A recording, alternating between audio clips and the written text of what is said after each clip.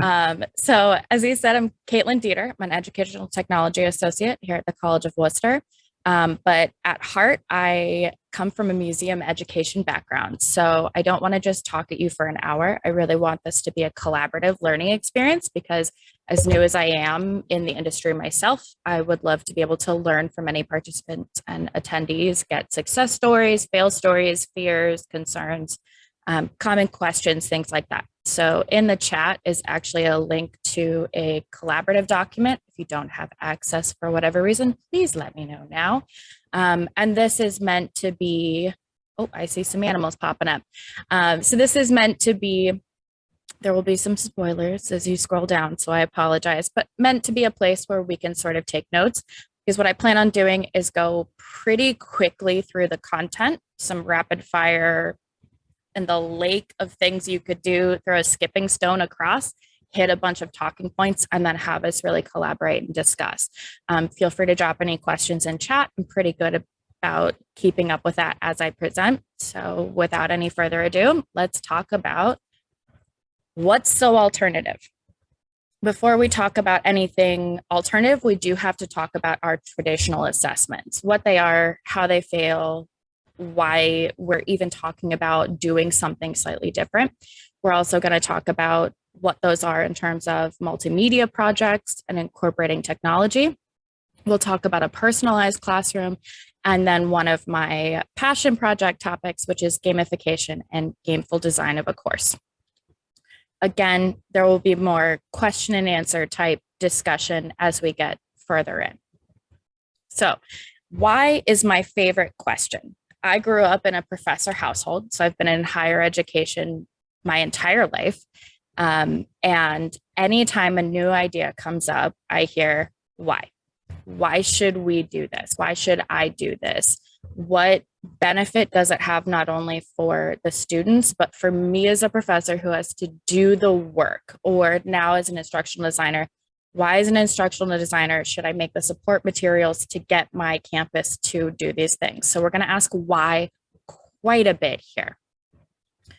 And why is because right now most of us are using traditional assessments, which are a little hit or miss now because students are getting really ingenious. I love this photo. It's actually a photo of I believe, Spanish law student who engraved all the answers they thought they would need into a pack of Bic ballpoint pens. I see something like, oh my God, yes.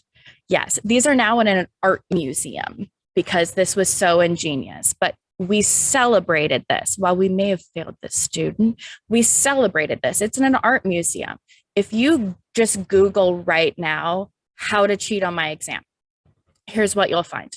11 exam cheating tricks, 9 inventive ways for students to cheat in exams, 45 genius cheaters who deserve an A+, 10 smart ways for amazing ways, 10 most innovative techniques. When we use terms like amazing, innovative, smart, deserving of an A+, why are students being asked not to cheat on their exams? They're not, except for academic integrity. But if it's going to get you to the A and it's going to get you to graduation, what's the downfall for them? Well, so we ask again, why are they cheating? I'm a true crime junkie, so I always look for the motive. Why are they doing the thing they're not supposed to be doing? As it turns out, we've studied this. More often than not, it's because our exams are focusing on our memory rather than comprehension of the content. There's a lack of self-confidence, a lot of anxiety about how they're prepared for it. And then they just kind of believe that everybody cheats and they're way overloaded in work. So they turn to other programs. What are they turning to? Quizlet, Chegg, all of those types of study aids who used to work with faculty and professors and used to, when a professor came to them and said, that's my quiz, they don't have my permission to upload it, please take it down. They would take it down and they would work with them. However, because studying old quizzes and exams has been proven to be a great study egg, they're not taking them down anymore. The new and improved technique, ChatGPT, right? AI. We're starting to use other devices to cheat and try not to get caught. But it's because we're overwhelmed. So, what are our current solutions? There's some in person ones, the things we've been doing all along. You have a proctored exam where everybody's in the same room taking a written exam. There's a professor in the front, maybe some TAs wandering down the aisles, right? The most extreme versions of this are using searches and identification. So I've taken several undergraduate courses where you needed like two forms of ID. You weren't allowed to go in with a jacket or a bag, regardless of what quarter or semester you were in. You were allowed two pencils, the approved calculator without the cover, examined the back, and an eraser. Like if you had a block eraser, it had to be searched as well to make sure I didn't put any equations on those. I came from Ohio State. It's a big school. There's a lot of academic misconduct in some of those weed out courses, but it means that a lot of you went, ew. Like I saw the like, oh, that's a lot faces. Yeah, I didn't like it as a student either. So then we went digital. I don't know if you know this, but a big pandemic happened and we all had to go remote and teaching and learning. So we started using more safe exam browsers, which have been around for quite some time, but we started implementing them more.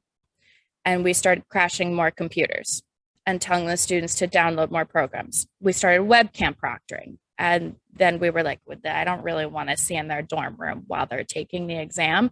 And just in the same way, I can't see all of your faces directly in this. How, as an instructor, am I going to be able to see that you're looking down at a textbook the entire time?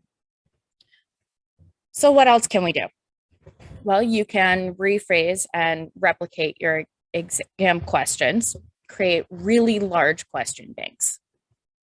I'm really sorry, professors. That's a lot of work on any faculty who's trying to come up with these solutions. So make your students do the work. Maybe a week before you would normally give an exam, their assignment is to post 5 questions to a discussion board. This is also a really great way to get feedback from your students. If they ask nothing but the super easy questions, figure out why. Get that sort of social emotional feel for where your class is right now. Maybe they're more overwhelmed than you think. Maybe you thought you really heavy hit a topic and they're not asking any questions about it. Did you explain it well enough? Maybe they thought you glossed over it. But my favorite way, and the way we'll be talking about, is a cheater's exam. So this is an exam designed to test how well they can cheat. I know it sounds crazy. Bear with me here. So we're going to let them cheat. We're going to make an exam in our LMS that is designed to make them go out and find the citations, find the resources. Tell me which reading from my class, which scholarly article is telling you that information to give you that answer. So they are going to spend more time in your LMS, which we know is the goal for most of our course content. And they're going to learn as they go. Have you ever had an opportunity to study for an exam and then you thought you did really well? You're super prepared. You're stoked. You're going in confident. You sit at the exam and page 1 is an entire page of content you didn't study enough because you didn't think it was that important. Not to say any content is more important than others, but if you have 50 things to memorize, certain things are going to be prioritized, right? So also engages their research and critical thinking skill work.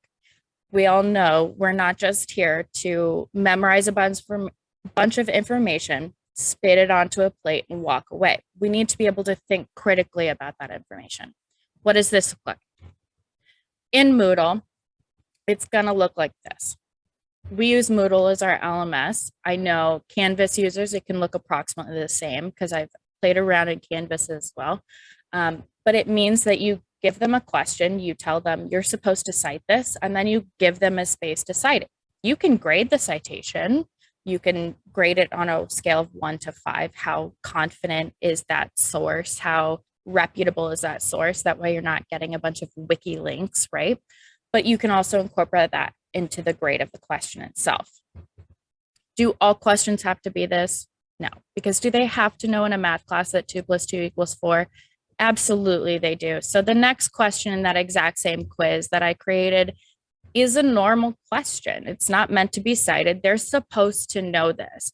Does this prevent them from looking it up? No. But if you're balancing the time of, I think it should take them X amount of time to find a citation for this, and then it should take them all of 10 seconds to answer this question, you start to balance that in your time for your quiz, which is what we already do, right? We already say, make a quiz timed well enough they can't look up every answer. So you're not doing anything different. You're just thinking about it differently. All right. But who likes taking quizzes and tests and exams? I'm not a great quiz taker. I'm not a great test taker. You give me one of those big, long exams, I'm going to panic right up until I finish it. So what are some alternatives we can do? And why do we have to think about this? Again, I went, let's change what you're doing and make more work for you to change how we think about this. Why?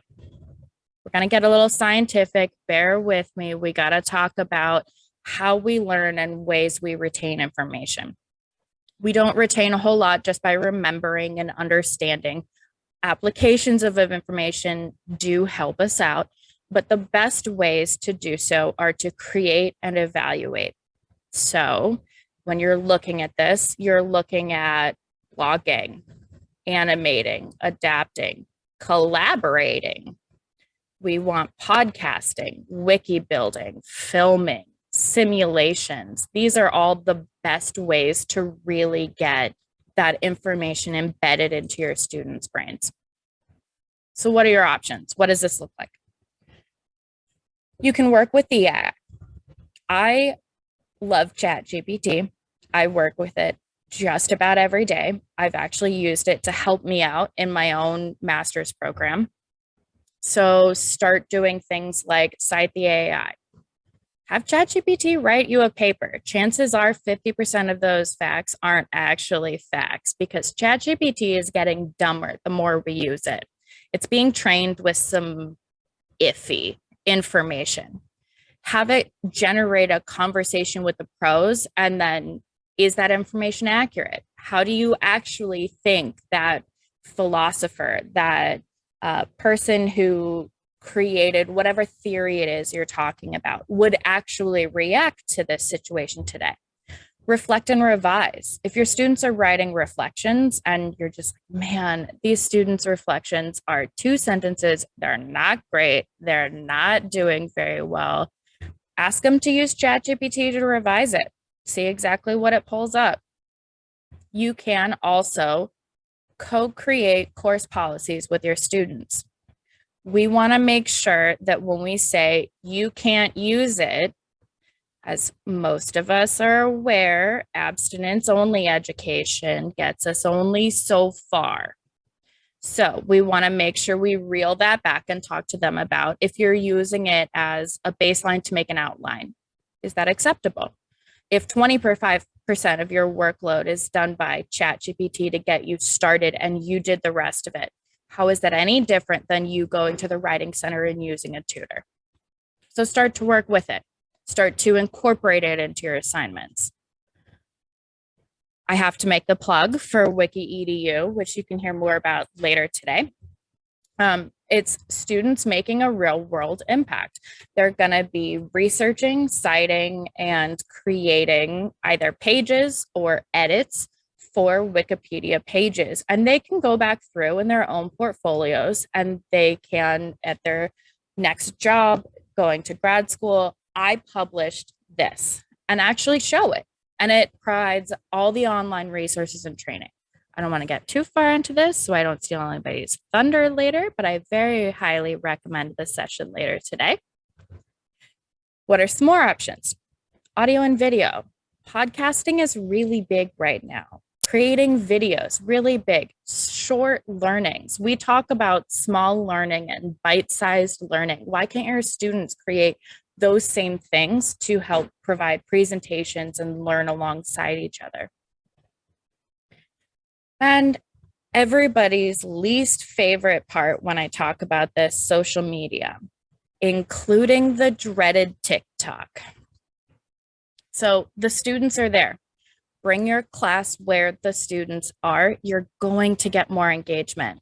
If you're a little scared of saying, hey, let's create or curate content on TikTok, I don't blame you.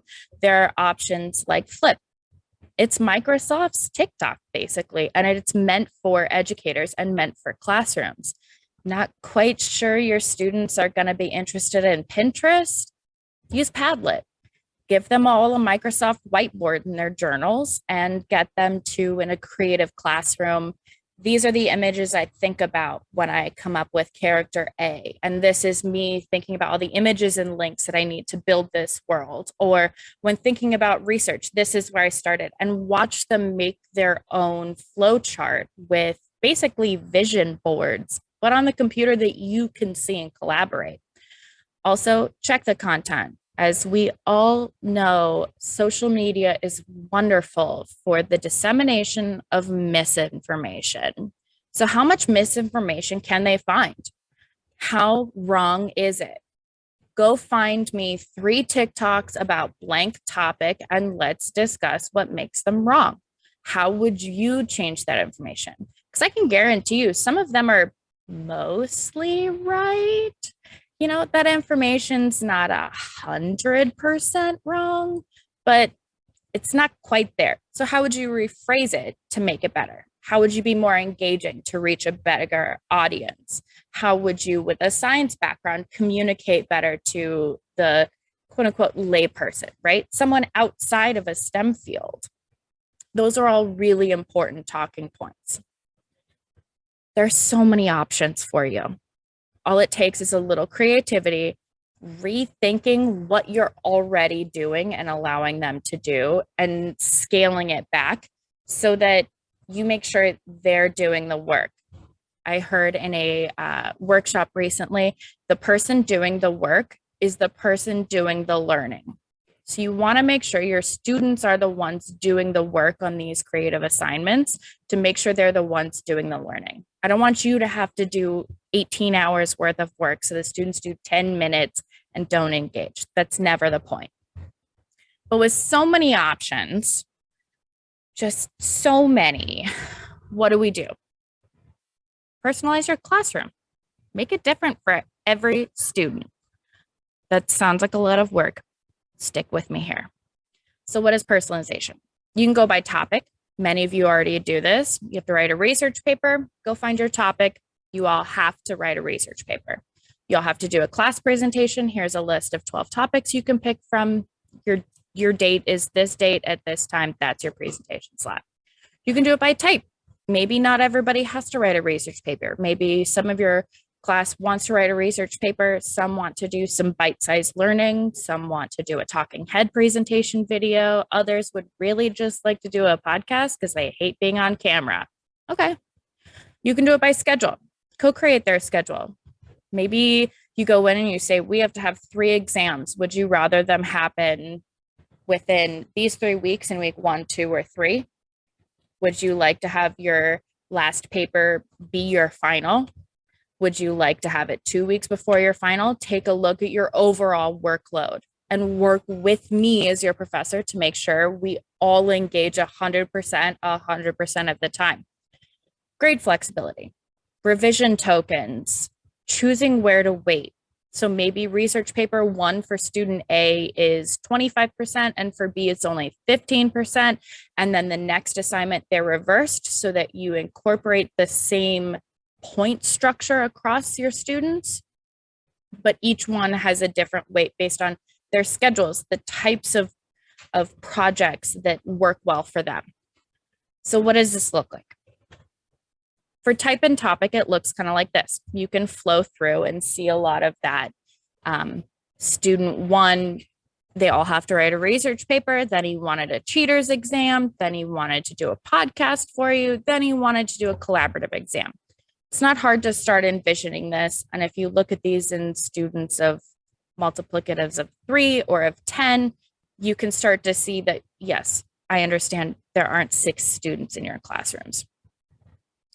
Scheduling and gradebook, it's a little harder to give you a flow chart, but as we talked about, revision and extension tokens, being flexible in co-creating that classroom schedule so that you don't give them full autonomy, but just that little bit of choice that helps when they come to you and they're like, I'm just so overwhelmed. Well, we all came together and said we'd all be overwhelmed, but be slightly less overwhelmed at this time. Why are we doing this? Does this sound like a lot of work? See some like, yeah.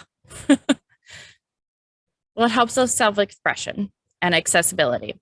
So students can choose how to get the information across to you. So if a student's like, no, I want to do bite-sized learning, maybe they're really good at making TikToks. Cool. You're still assessing the same content. It's just in a different format. It made it more accessible for that student to tell you they knew the knowledge.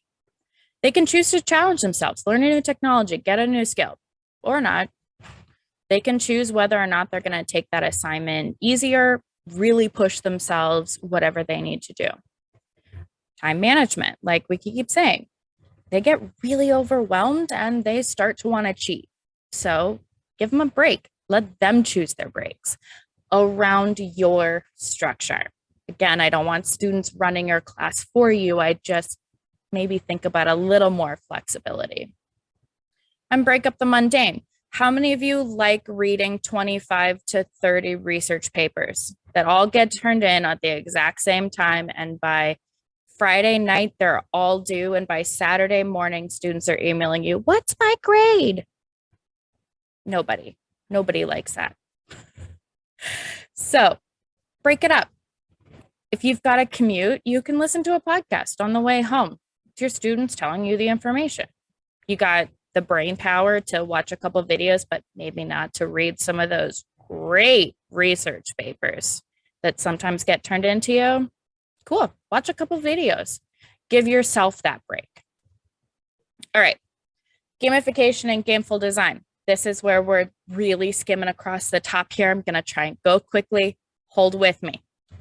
It's not all educational video games anymore. If you have any children or remember anything from the 90s and early 2000s, like Jumpstart games, I did have to give my shout out to Zumbinis. You can do individual puzzle activities. You can do modules that have several gamified activities or have a theme. You know, hey, we're talking about Roman history this week. I know that's a broad topic. I understand. I'm not a content expert, but we're talking about, X period in history. We're going to go through this like we're in that time period, and that's what our games are going to be about. Or make your course the game. I'm serious. Make your students playable characters in the course as a game. So a gamified activity. Escape rooms, scavenger hunts, choose your own adventures, simulations, one-time, one-off deals. They're in, they play a game, they're out. Benefits. It's a break. It's fun. It's something slightly different. It's slightly easier to grade because did they escape the room? No. You're not getting higher than a whatever you chose there. But also, when did we stop playing to learn? We didn't. We should still do that. And have any of you heard the phrase, you have to figure out the professor's game? Like to get through a class, you got to figure out that professor's game. Make it a game. Oh, too fast. It does take some tech requirements in an individual activity, students to have a choice to come to engage with you.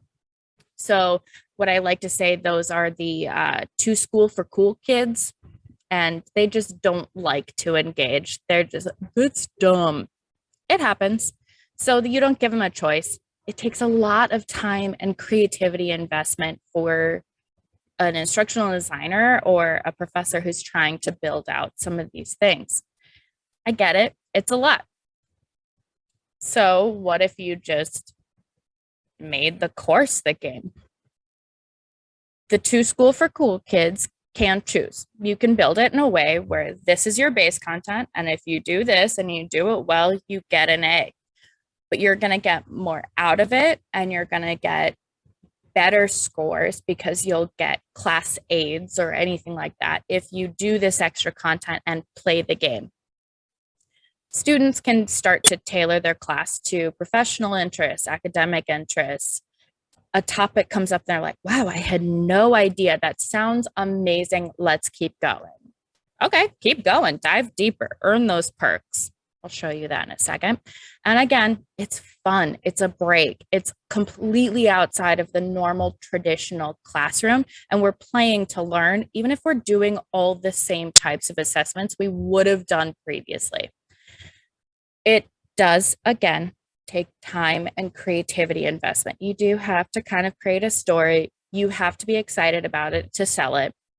You have to find a reward system for the extra work they're doing outside of a traditional grade book. That sometimes gets a little messy, I understand. And sometimes you do have to have tech skills. A lot of it takes building really detailed restricted access in Moodle or in Canvas, branching techniques for different programs, access to different programs maybe. So you and your students might need some extra tech skills, but it doesn't take much. What can that look like? So this is a mock I built for a character sheet. I don't play D&D myself, but my partner is a massive D&D nerd. And so we sat down and I said, if I wanted to play the character of a student in the course, what's the information I would need? One, we know students, especially in this younger generation, really like to have that social emotional connection. They like to be seen. They want things to be authentic and to feel like they're not just another number in your classroom. They're not just a grade in your grade book. So you don't have to memorize what their class goals are, but if you at least ask, they're going to feel more seen. And I get it. If you have 60 students in your class, asking each one of them what their hobbies, their skills, their goals, their major, their year, their mind, are you going to memorize that? Absolutely not. I am a terrible person for faces to names. It would take me at least a week just to get their names down. I get it. But when you start to talk about your students and your learners, getting that information is sometimes step one. So then what do? They start, I lost my mouse somewhere. There we go. They start earning these perks. And these perks are you do X deep dive into a topic. You give me a brief TikTok analysis. And it could be TikToks you found. It could be TikToks they find for you. I keep using TikTok. Do you think I have a preference for social media in the classroom? And they get a level 1 perk. It's essentially like 5 points or whatever it is, right? And maybe a level 1 perk is an additional excused absence. Maybe it's a hint on a future quiz. Doesn't have to be the answer. Or maybe they get to level 10 and they just get a free answer. But they had to do all the work to get there. So you really think they're going to need that free answer? Probably not. They had to keep going in your content, prove their interest, prove they liked doing all of this work to get these rewards. In D&D, for anybody who's following, these are your spell slots as you move up in levels. You can start using mastery. So, hey, you've done really well on blank topic. Doesn't have to be a badge, like a grading badging system, but give them like the equivalent of a digital gold star. You've done really well investigating X topic. I'd really like you to work with me to teach that to the class because you've found scholarly articles I hadn't read before. You found research or a book or a novel or a synopsis I had never seen. Great. Get your students to do your work for you. Then you start building out a lot of those question banks and a lot of those opportunities, and you start being able to reach more students who do show up in your classroom. So what happens if they use all these perks, they use them all up, and they're like, man, I really wish I could just take that, for D&D players, a long rest. and reset all those. Okay, write me a paper. Give me 600 words on blank topic or synthesizing whatever it is. Give me the SparkNotes edition of blank book that you read for your level 5 perk. They'll all reset for you. Okay. And you don't have to have this many perks. You don't have to have this much mastery or anything. This is a mock-up of what it could look like. But now your students are engaging more. Okay, that was a lot. We went through a lot of it very quickly. I see a lot of very tired faces. So now we get to the fun part, the how. And this is where I have not been keeping up. I'm not used to having two screens. Here we go. I'm not used to keeping up with look at you. So many notes, especially in those. Yep, I see less notes as we go down. I know I talk quickly. So this is where I want to open it up. You can drop comments, questions, fears, whatever it is in chat. You can start to make notes and build notes in the document. However you want to engage with some of this material. And again, if you're in the Google Doc, that little hamburger in the little hamburger over here, if you can, I'm probably not sharing my screen the same way, will let you. All right. Will let you maneuver around in that table of contents. So, how are we thinking? How could you incorporate some of this? And I think, do they have the permissions to come off mute if they? Yes, anybody should be able to just unmute themselves and come into the conversation. I promise I don't bite. We're virtual anyway, so even if I did, it wouldn't matter, right? So one of the areas where I've run into trouble as an instructional design consultant is in thinking through the equivalence of different activities, which I think that's one of the blocks that I've run into with personalization. If we're going to let some students do the research paper and other students do the video paper and other students do a whole bunch of small videos, how do we assure a reasonable equivalency of, how do we think about making sure that that's a fair assessment of learning across different things? Have you got any thoughts about that? A lot of that boils down to, in my opinion, the rubric you use. So if you're not replacing an exam, like one student does a content exam and the other student does a research paper or a small learning, bite-sized learning piece, right? Those are all going to assess different things in the same way that we choose research papers over exams.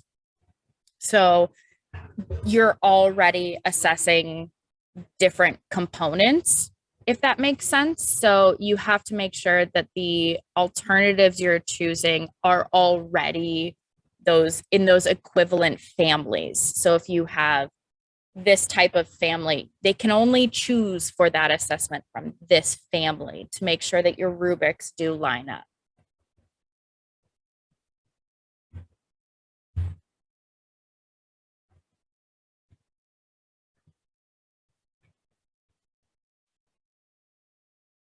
And I don't know if anybody who was later did not realize there was a collaborative Google Doc going on. I did repost that link for anybody who was a little bit late and missed it. So feel free to jump in, add whatever you need.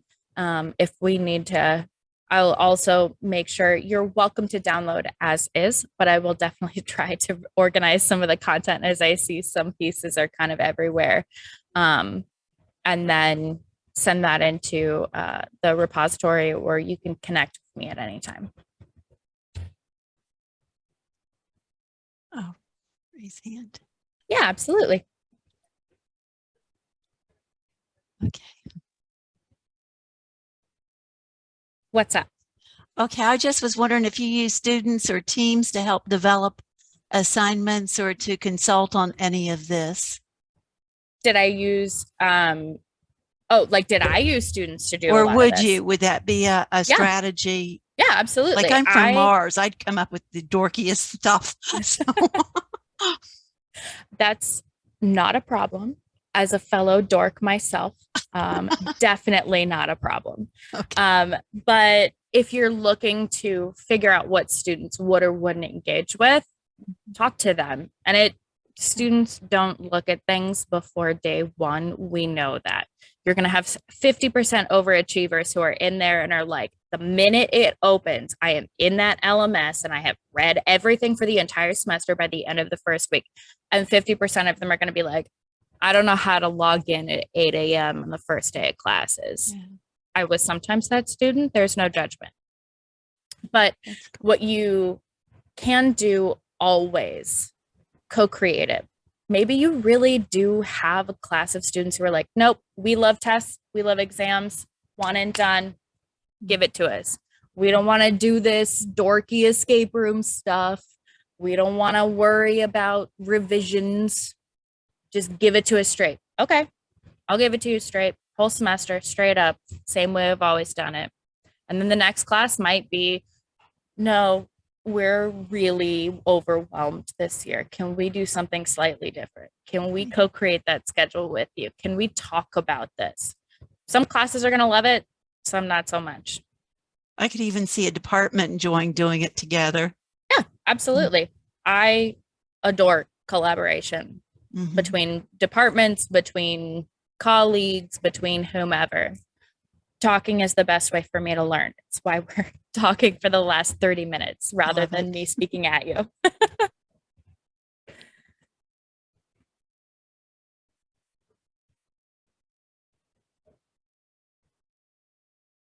Anyone else? Comments, concerns, addendums, referendums, amendments? Did I say question? I don't think I said questions. Yeah. Laura.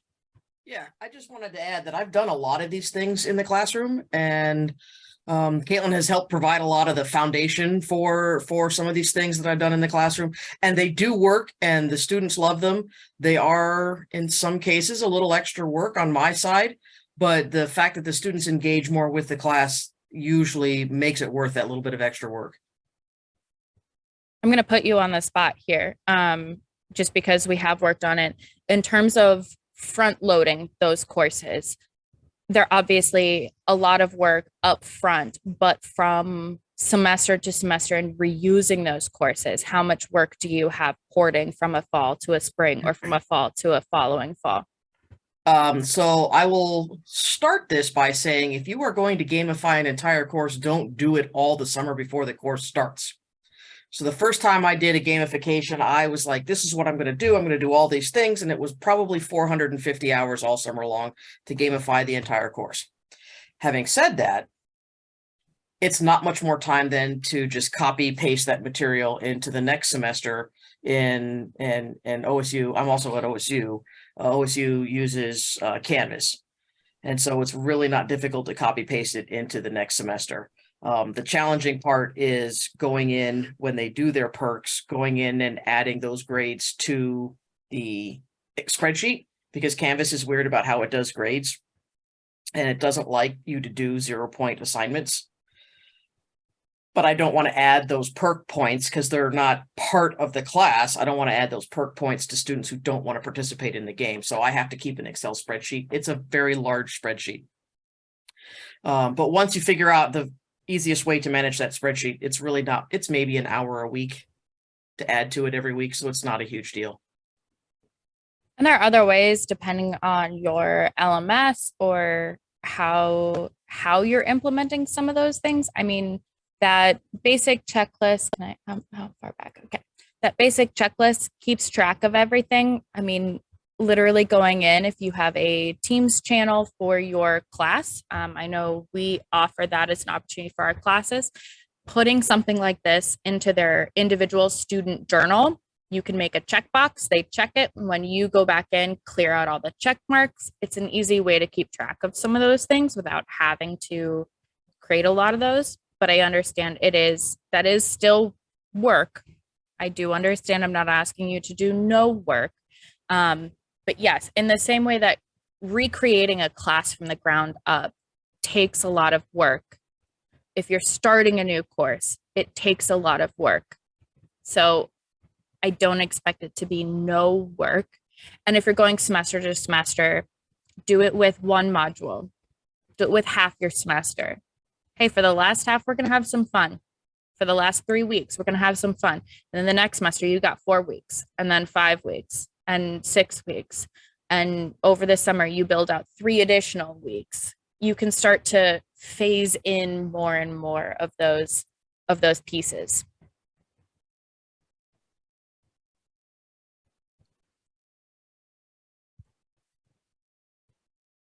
Yeah, Susan. I don't know if this is helpful or applies or not, but we use Blackboard, but I have an alternative assignment that they can do to substitute for discussion board. By make that 1 point, but then if they do it, then they automatically get the same amount of points the discussion board would be. So at the end, when I look at the point value, the total works out, even if it looks like there's missing assignment or something. Mm-hmm.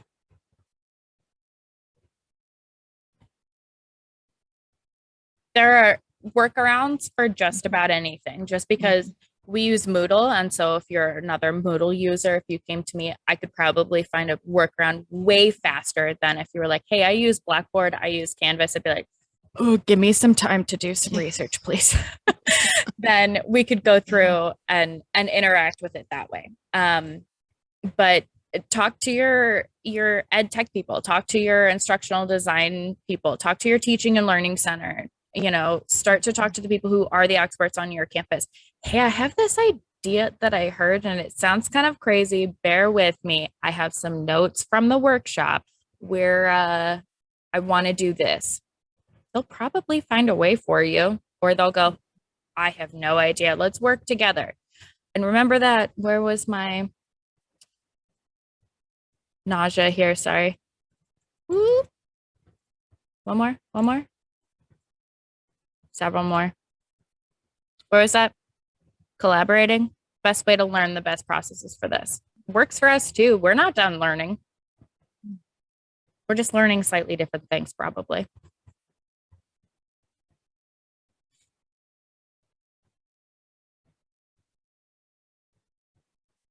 How are we feeling? Does this feel scary? Does this feel like way too much? Does it feel like not enough? Do we feel overwhelmed? Much like our students, even from this past semester. I understand it. There is no judgment. Well, I'll throw out a question since you are one of my ed tech people. In that I know a lot of us learn best by doing, and sometimes it can seem really overwhelming, just the idea of creating something like this. But I wonder if there are, I don't know if templates is the right word, but like if there are courses in the different LMSs, because it seems like there's a whole variety of different ones being used by folks on this class. Are there options like that faculty can kind of try out, different things themselves to figure out which ones they might want to pull into their own classrooms?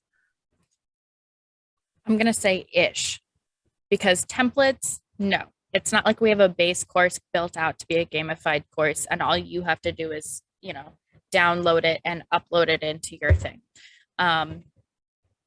However, if you're looking at a general alternative assignment and not truly gamifying a course, then we have resources all over campus, and I'm sure all of you do, of people who are already doing these things. And so downloading their rubric and getting their promising practices and tips and tricks and uploading those into your course to try something out would be really easy.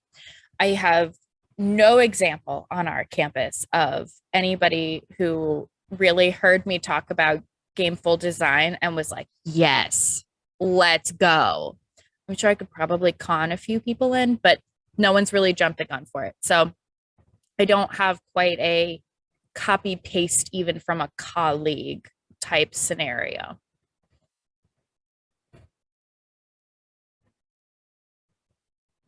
Caitlyn? Yeah, Helen, I see you with your. So I keep thinking about this escape room kind of concept. Mhm. I'm able to envision what that could look like in a course where the learning is more information or application. Mhm. I guess I'm having trouble thinking concretely about what other examples might be, like say interpretive.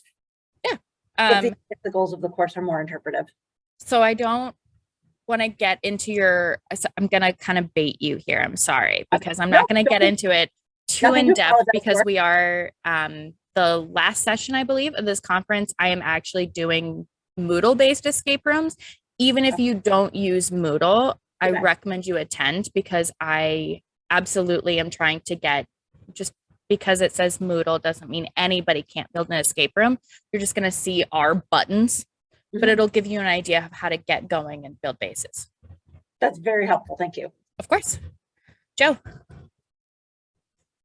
So in terms of examples, specifically to the idea of kind of the role-playing historical situations model, it's worth knowing about the Reacting to the Past organization, which has both a number of commercially published role-playing games in different historical situations. Not all of which are designed to be played in history classes. There was a really interesting effort to create them about debates in the natural sciences. The one that comes to mind most is that there's one on a climate conference. It's a whole area of, it's a very developed area of pedagogy, and it's worth just engaging with that community to find out how people are navigating those. As an example, some games literally come with a race card, and you play the race card when you know that your character is now going to say something that's completely unacceptable by 2023 standards.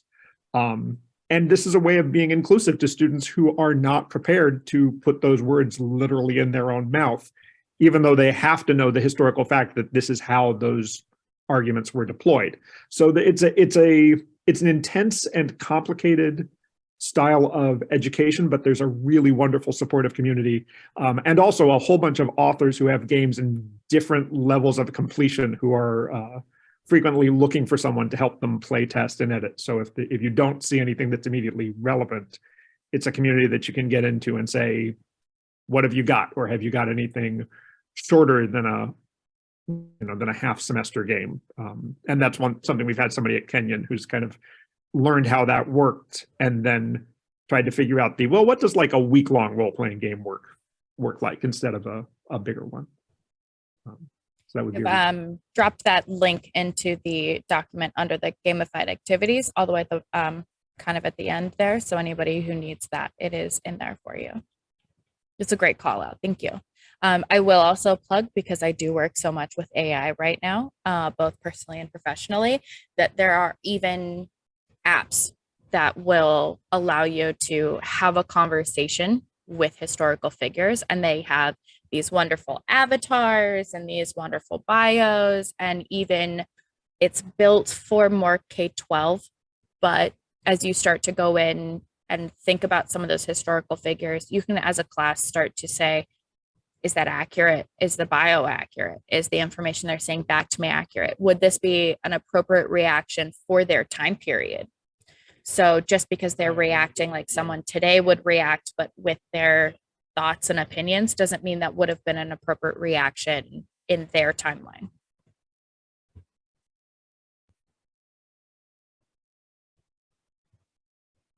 Got about 5-ish more minutes here, it looks like. I see a lot more people. I'm gonna leave that doc up for quite some time. I will, at the end of the conference on Friday, I will download it, and then you're welcome to download it yourselves, keep editing, take your own notes, do whatever you want to do, or wait until everybody's sort of done typing away to go through things. Is there any last final questions, tidbits, even success stories of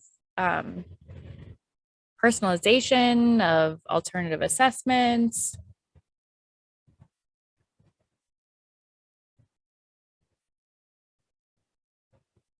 Yeah, Susan. Oh, you're still muted. That was easy.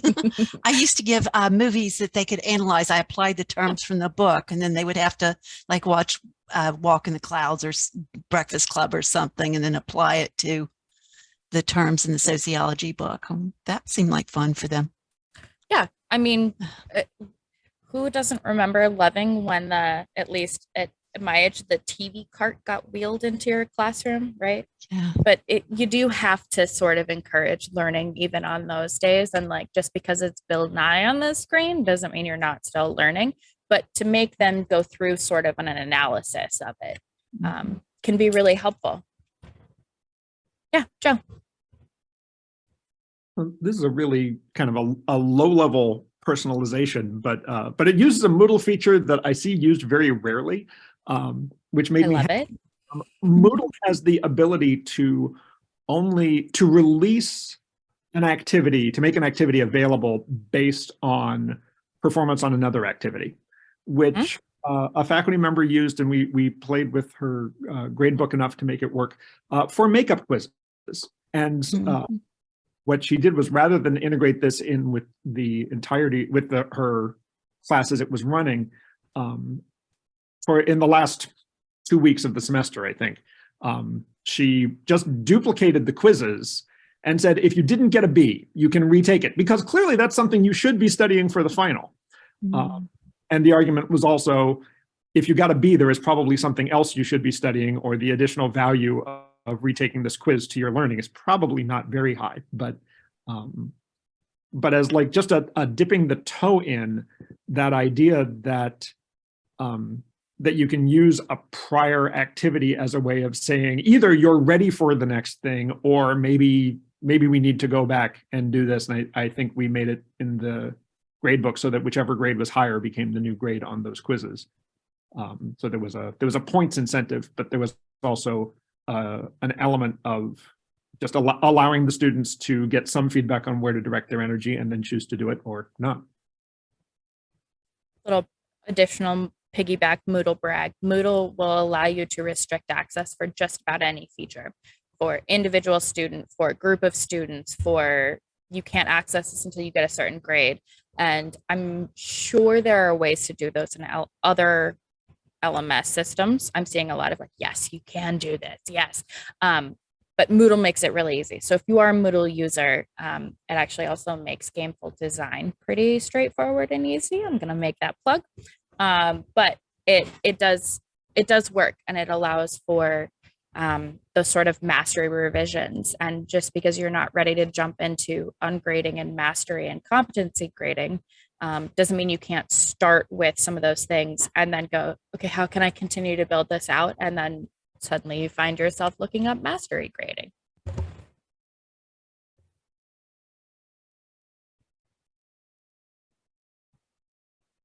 Any last? Yep, Susan. Still muted. I used to let them retake tests in groups, so they would, because a lot of times I'd have students that were really good or students that were totally unprepared.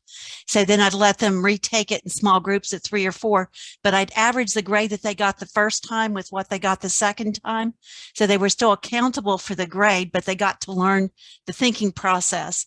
And if they disagreed on something that the group agreed on, I would put to the side. So if everybody else said C, they said B, then I would count by if they were right or wrong. So there was some individual accountability too, instead of group tyranny. Yeah, I love that. And as much as a student still, I hate group work still, like to this day. Please don't put me in a group. I will be the person who does everything and then has to email you about the person who did nothing. Unless you'd like to see my name in your inbox, don't put me in a group. But that being said, the instructional designer in me knows that when we go back here, collaborating, once again, on that list, how many times did you go, oh, I didn't study for that. That's just not my strong suit. But my best friend's strong suit is my weakness and vice versa. So if you put us together on the test, not only are we going to ace this test, but I'll learn from each other. And you have to make it so they're not just passing answers back and forth. You do have to make a little more engagement with it. But learning from each other is a thing that doesn't have to just be a 5-minute PowerPoint presentation where they talk like this in a monotone in front of the class because you just told them to do this.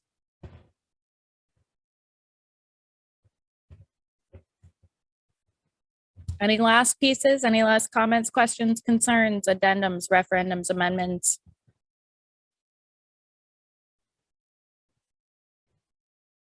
Perfect. Well, nausea for you. Sorry. Bear with me. Bear with me. Bear with me. We're going fast. Okay. Thanks for sticking with me. You can always reach out to me. My contact information is actually in that collaborative document, or it's here if you want to reach up and take a picture. If you have any questions about what you heard today, or like, man, I was really inspired. I'd really like to learn more about this. Clearly, if you get me talking, I love to talk. So I'd love to talk with you. Otherwise, I think I'll turn it back over to Joe.